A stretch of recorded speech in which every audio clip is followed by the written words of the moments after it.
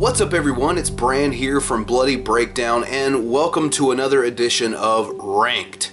The show where essentially what we do is we take a look at long-running franchises in the horror genre and I personally rank them according to my own opinion. I always give out this precursor, this is simply my opinion. You can agree, you can disagree, as long as you're not an asshole about it. I'd love to hear what you have to say in the comment section below. So without further ado, you've obviously seen the title, you know what this is. This is the Child's Play franchise Ranked, and it's a great time to do it. There's a TV show on the horizon, there's a remake on the horizon, so a lot of interesting stuff coming up for the franchise, but before we get to those, let's find out, at least in my opinion, where I rank the franchise thus far. Coming in dead last, number 7 out of 7, my own opinion, the least effective in the franchise. I don't hate this film the way a lot of people hate it, but if I'm talking about the Child's Play franchise and we're looking at what works and what doesn't work, at least in my own opinion, I have to start with number 7, bottom of the barrel here, Seed of Chucky. And I'm going to be using, for at least 4 of them, I have this pack that contains 2, 3, Bride, and Seed. So you may see that again. So, Seed of Chucky. When the franchise turned from more horror to comedy and Bride of Chucky, I think that it kept a lot of its graphic violence and just bloodthirst as a franchise. I think a lot of that still was there in Bride of Chucky, even though it was a little bit different. Introducing a new doll character in Tiffany, introducing the comedic elements. I still think that movie held up pretty well on its own, even with those new elements involved. When it came to Seed of Chucky, it just seemed like the gross out gore was still there, but as far as just like being brutally violent, that was shoved way to the side in favor of the comedy, which was a lot heavier in this one. Some of the casting was strange for me, to be perfectly honest with you. Redman kind of sticks out like a sore thumb. I honestly, I don't remember any movie Redman's ever been in besides Seed of Chucky. And if you know any, let me know. Maybe that's why he was never cast in anything ever again. But yeah, I guess that's a whole nother topic for a whole nother day, the rap horror crossover. Sometimes it works, sometimes it just doesn't. And in my opinion, this is one. The storyline's a little wonky. Glenn and Glenda, while the character is a smidgen interesting, and I am interested to see what the character's up to these days, as far as the rumors of him/her appearing on the TV show, but it really didn't do it for me in this film, and I think most people, at least the ones I've spoken to, feel the same way. So with that said, knowing I'm not a huge fan of the comedic versions of these films, it should be no shock to anyone that number 6 is going to be Bride of Chucky. And once again, I'm sorry I don't have these individually. So yeah, you're going to be seeing that at least 2 more times. So Bride of Chucky, like I said earlier, I felt like it was, you know, it was that beginning of that experiment to make it more about comedy, kind of go over into the Leprechaun zone, as I call it. But I feel like this one did outdo Seed of Chucky. I think it was darker than Seed of Chucky. I think that I think that there was a good balance between the comedy and the horror in this one. The soundtrack is fantastic, and that could be nostalgia for me because when this movie was made, I was really into a lot of the types of music that they were using in the soundtrack. Like, it opens with Living Dead Girl by Rob Zombie, which I fucking love Rob Zombie's music. So, you know, there is nostalgia there for me. Maybe that kind of helps it edge out, as not being dead last. But, you know, I could put these 2 movies up against each other, Seed and Bride, any day, and I'm gonna take Bride over Seed. It was really cool to see John Ritter in a horror film, one of his last roles if I'm not mistaken, and overall I think it holds up fairly well. Coming in at number 5 is the most recent release, Cult of Chucky. And for me, I actually really enjoyed this film. The only reason it doesn't rank higher is because obviously there are more movies in this franchise that I enjoy more than this, but to be perfectly honest with you, in my opinion, Cult of Chucky, now bear in mind, we're talking about a franchise that begins with a serial killer voodoo practicing guy putting his soul into a doll. This is the one where things get crazy. Alright? I do a lot. I heard mixed reports on how people felt about this movie, but me personally, I like the fact that Charles Lee Ray can not just put his soul into one thing, he can spread his essence around into many different inanimate and adamant objects, people, things, whatever. I really liked it. I like the 3-on-1 Chucky kill. I like seeing Andy back, the real Andy back in a much more involved role, even though he's not doing a whole lot of acting these days, than you saw in, say, the post-credit scene of Curse of Chucky. Tiffany's brought back into the mix in a way where it's not just like, oh fuck, you know, for the people out there that can't stand that character, I'm not one of those, by the way, but I thought that everyone was kind of mixed and blended nicely. It was good to see Nika's character back and to see how she evolves, and all in all, it left me, and it was one of the first Chucky films, if not the first Chucky film, if my recollection is correct here, where Chucky wins for the day. You know, he's not shot and set on fire. He's not blown up. He's not chopped up. He's not, shot in his grave. He's not dismembered by his own child. He wins for the day, and that's interesting and that's different. So to me, I think it leaves a lot of cliffhangers. I'm interested for that TV show and the future movies that are going to be going down in this timeline. So for me, Cult of Chucky. It may be coming in at number 5, which is kind of low, but I can't overstate how much I do like this film. Coming in at number 4 is the last film in the franchise to be called Child's Play. I'm talking about Child's Play 3. And yeah, we're going back to this thing again. So Child's Play 3 was kind of like the redheaded stepchild of the original trilogy. I think most people you talk to are going to say that it's the weakest one of the original 3.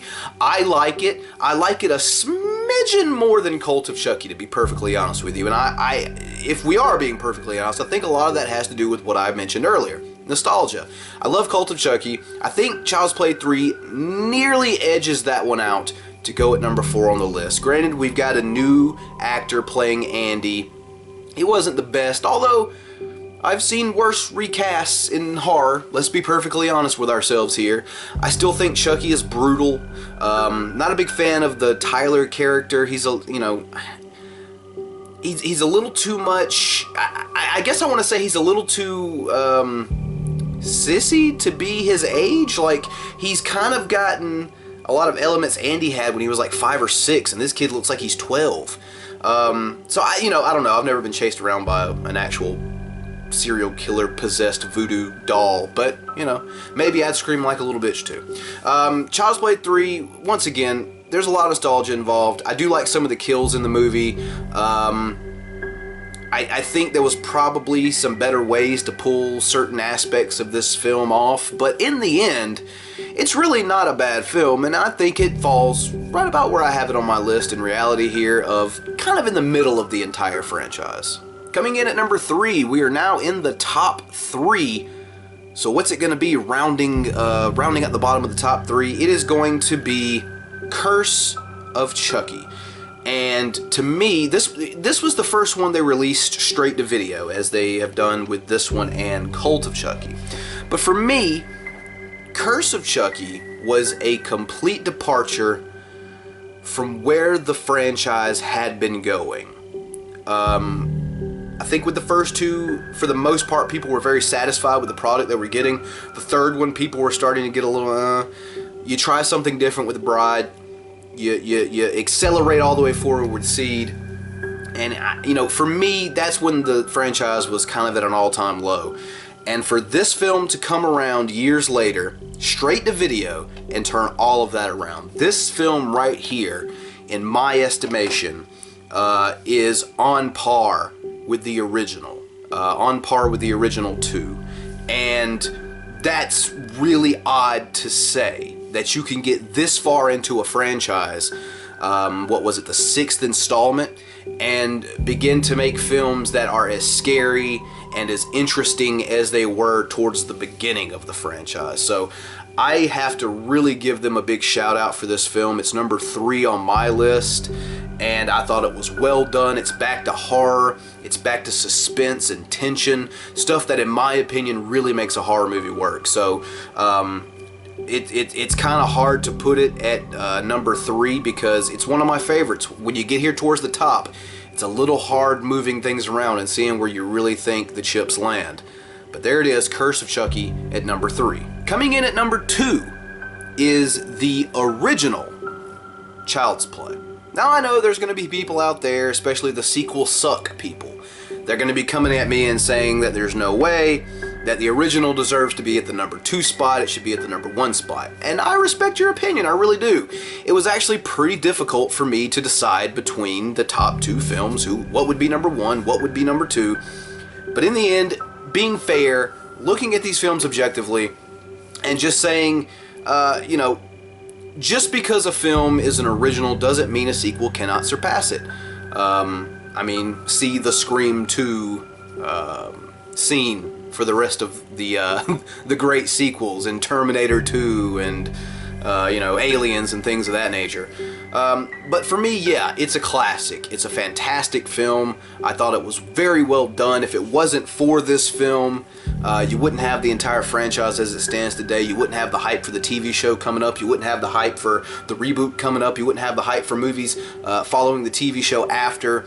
The franchise is alive and well, and it's 30 years later. So that stands the test of time, and that is a testament to how well this movie worked. Killer Dolls had been done before by this time. It wasn't anything new or groundbreaking. It was the way it was pulled off.